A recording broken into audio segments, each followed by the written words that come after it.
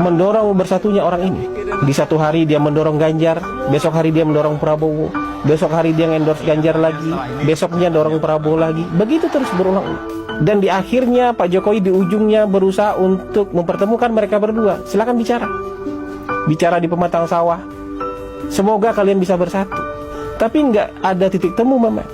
Ganjar merasa sebagai orang yang mewakili partai terbesar, ya nggak mau jadi nomor 2. Padahal waktu itu dia belum diumumkan. Tapi ketika Ganjar diumumkan 21 April, yang juga Pak Presiden nggak tahu itu bakal diumumkan, pintu mulai ketutup. Sebagai calon presiden, Pak Jokowi saya yakin sangat kecewa. Projo mulai diisukan untuk mendukung Prabowo. Itu tenaga dalam itu. Ya, PSI mencabut dukungan itu kan tenaga dalam. Kaisang menjadi ketua PSI itu tenaga dalam yang dikeluarkan untuk ngasih tahu, saya sudah nginjak gas agak jauh nih, mau nggak evaluasi, turunkan ego demi persatuan nasional, gabung dong sama Pak Prabowo. Mas Ganjar jadi wakilnya Pak Prabowo. Nggak juga mendapatkan respon, ya sudah, dikeluarkan tenaga dalam yang ultimate. Gibran diisukan menjadi calon wakil presiden Pak Prabowo.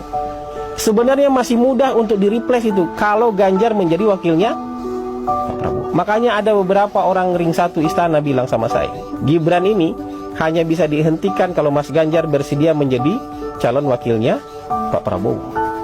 Tenaga dalam terakhir ini dikasih waktu juga panjang, nggak langsung diumumkan. Ya kan? Ada proses di MK-nya diundur-undur terus supaya ada kesempatan untuk berpikir ulang demi bangsa. Dan akhirnya nggak terjadi juga, nggak bisa juga. Pintu ditutup rapat ketika Presiden ada di luar negeri.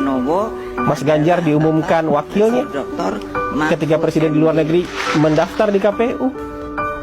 Ya sudah, tutup semua pintu. Yang paling mungkin sekarang merepresentasikan Prabowo dengan Jokowi bersama apa? Prabowo Gibran. Saya sudah ada di sini. Ini jalan yang sulit ini. Pak Jokowi bisa menempuh jalan mudah bersama Ganjar. Nggak akan ada itu urusan MK, nggak akan dibully itu soal dinasti, nggak akan dihujat keluarganya. Pak Jokowi tidak akan dihujat oleh pendukung-pendukungnya sendiri. Tapi ini jalan sulit yang dipilih oleh Pak Jokowi karena sudah nggak ada pilihan lagi. Pilihan mempersatukan Prabowo dengan Ganjar udah nggak ada lagi, udah tertutup sama sekali. Jadi tidak seperti pikiran Anda bahwa ini demi kekuasaan, haus kekuasaan, perang Ibu Iriana dengan Ibu Mega. Pak Jokowi tidak sedangkal itu mikirkan bangsa.